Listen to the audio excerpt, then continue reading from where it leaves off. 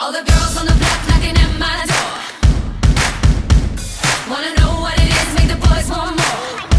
You would think that we've already suffered enough for this curse on Oedipus. I couldn't imagine only any grief that you have not gone through. And now, have they told you of the new decree our King Creon? I have heard nothing. I know that two sisters lost two brothers, a double death in a single hour. And I know that the army fled in the night beyond this nothing. I thought so, and that is why I wanted to come out here. I wanted you to come out here with me. There's something we must do. Why do you speak so strangely? Listen, Ismene. Creon buried our brother Antiochus with military honors, gave him a soldier's funeral, and it was right that he should. But Polyneices, who fought as bravely and died miserably, they say that Creon has sworn no one shall bury him, no one shall mourn for him, but his body must lie in the fields, a sweet treasure for Creon birds. Antigone, you are mad. What could I possibly do? You must decide whether you will help me or not. I don't understand. Help you? In what? Ismene, I'm going to bury him. Will you come? Bury him? You have just said the new law forbids it. He is my brother, and he is your brother too. But think of the danger. What will Creon do? Creon is not strong enough to stand in my way. Ah, sister, Oedipus died. Everyone hating him for what his own search brought to light. His eyes ripped out by his own hand. And Jocasta died. His mother in wipe at once. She twisted the cords that strangled her life. And our two brothers died, each killed by other swords. And we are left. But oh, Antigone, think how much more terrible than these. Oh, death would be if we should go against Creon and do what he has forbidden. We're only women. We cannot fight with men. Antigone, the law is strong. We must give in to the law, and in this thing, and in worse. I beg the dead to forgive me, but I am helpless. I must yield to those in authority, and I think of what dangerous business to be always meddling. If that is what you think, I should not want you to come, even if you ask to come. You have made your choice, and you can be what you want to be, but I will bury him. And if I must die, I say that my crime is holy. I shall lie down with him in the death, and I shall be as dear to him as he is to me. It is dead, not the living, who make the longest demand. We die forever. You may do as you like, since apparently the law of the gods means nothing to you. They mean a great deal to me, but I have no strength to break the laws that were made for the public good. That must be your excuse, I suppose, but as for me, I will bury the brother I love. Antigone, I'm so afraid for you. You need not to be. You have yourself to consider after all. But no one must hear of this. We must tell no one. I will keep the secret, I promise. Oh, tell it. Tell everyone. Think how they'll hate you, knew about it, and all the time. So fiery. You should be cold with fear.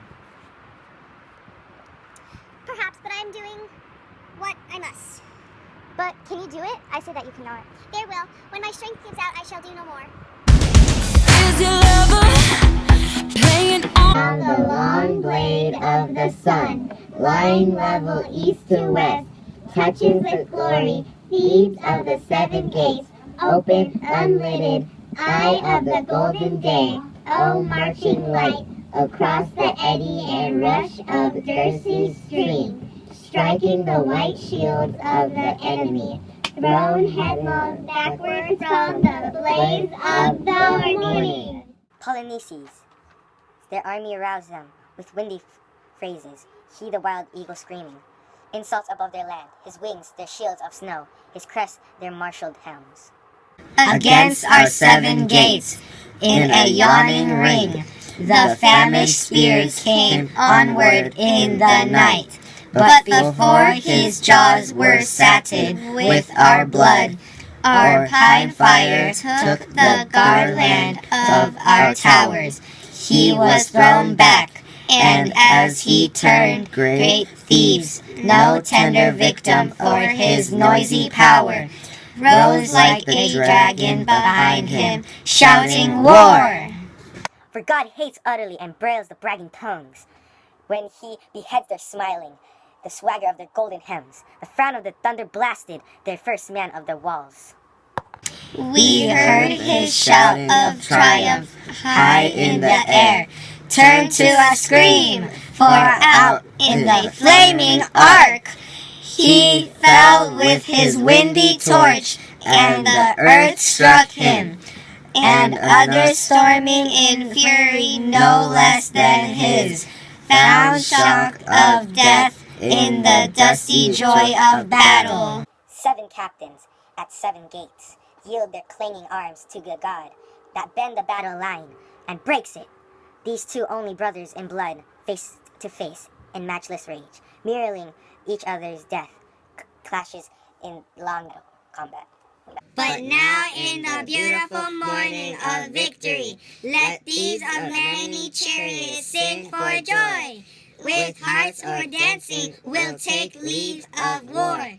Our temple shall be sweet with hymns of praise, and a long night shall echo with our chorus. Nobody can drag me down. Just coming from the house? It's great. Yes, sir.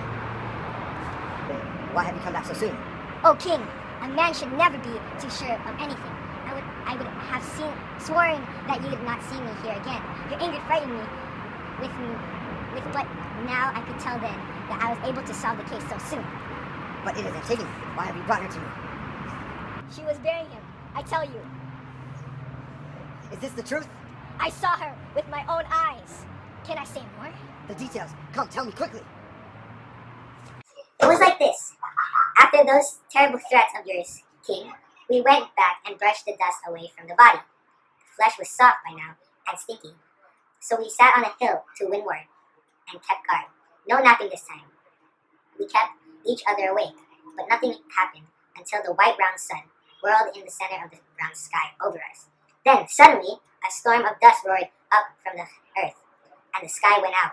The plain vanished with all its trees. In the stinging dark, we closed our eyes and endured it. The whirling lasted a long time, but it passed. And then we looked, and there was Antigone. I have seen a mother bird come back to strip its nest, heard her crying bitterly a broken note or two, for the young ones stolen. Just so, when this girl found the bare corpse, and all her love's work wasted, she wept and cried on heaven to damn the hands that had done this thing. And then she brought back more dust and sprinkled wine 3 times for her brother's ghost. We ran and took her at once. She was not afraid. Not even we charged her with that she had done. She denied nothing. And this was a comfort to me, and some uneasiness. For it is good to escape the death, but it is no great pleasure, but to bring death to a friend. Yet I always say that there's nothing so comfortable than your own safe skin. And you, Antigone, with your head hanging, do you confess these things? I do. I deny nothing. You may go. Tell me briefly, have you heard my proclamation touching these matters? It was public. Could I help hearing it? And you dare to defy the law?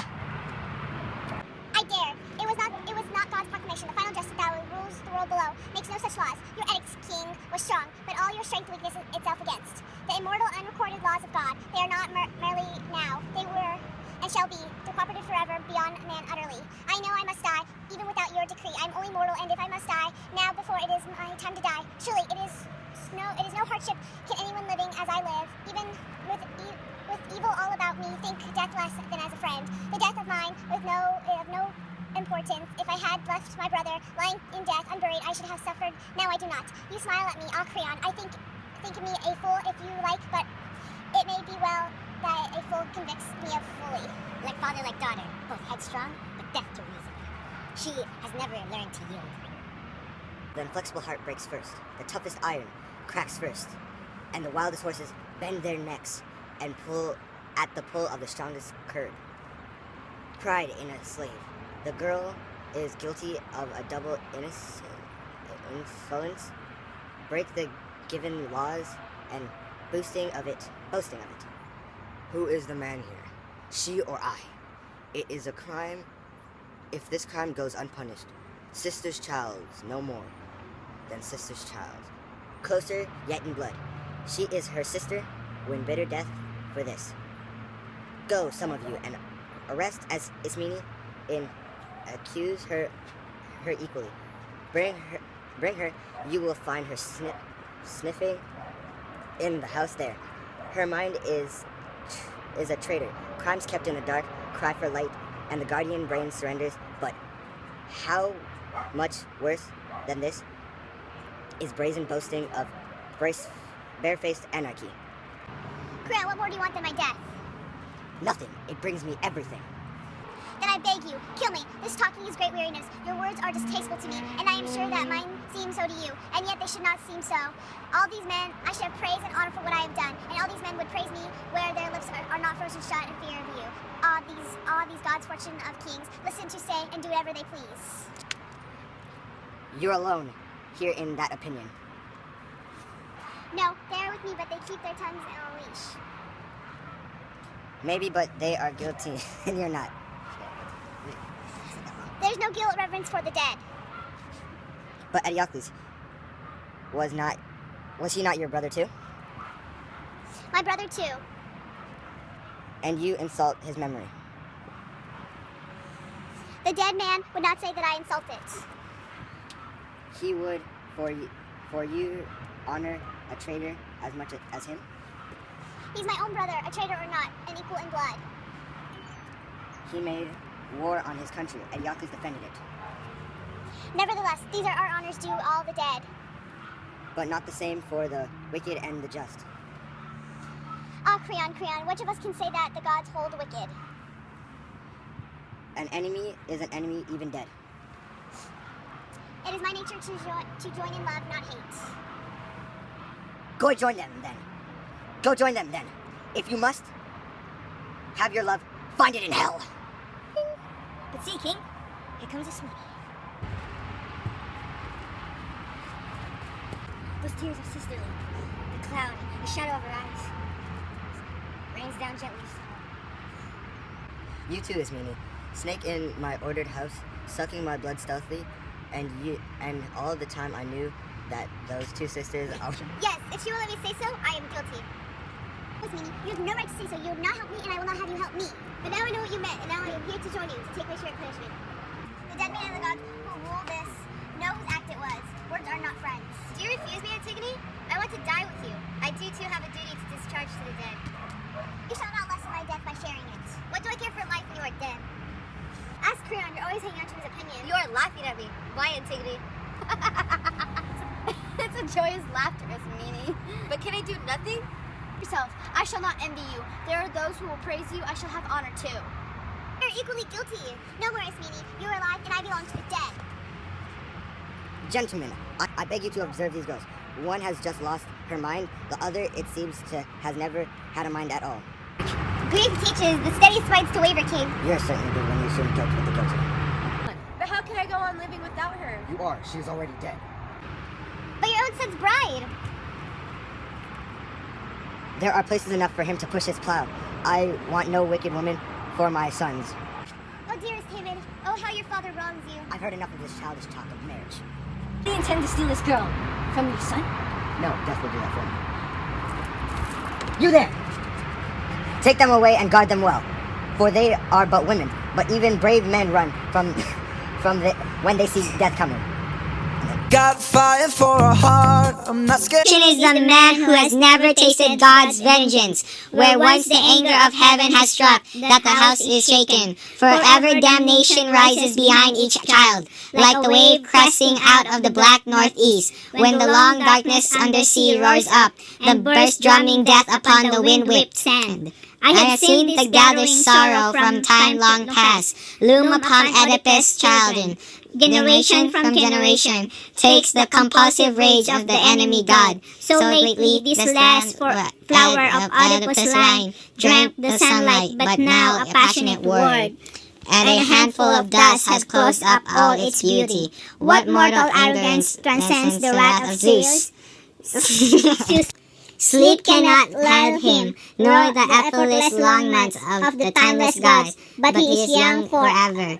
And his house is the shining day of high Olympus. All that is shall be, and all the past is his. No pride on earth is free of the horrors of heaven. The straying dreams of men may bring them ghosts of joy, but as they draw, the waking embers burn them, or the walk with fixed eyes as blind men walk. But the ancient wisdom speaks for our own time. Fate works most for woe, with folly's fairest show. Man's little pleasure is the spring of sorrow. Marcosa, must. Mama cool, mama sa, mama cosa, mama cool, mama sa, mama cosa, mama cool, mama sa, mama That is what you cosa, think. I should not want you, even if you ask to come. You have made your choice guilty as And 5, 4, 3, 2, 1. But we are equally guilty. No more if you are alive and I belong to the dead. Gentlemen, I beg...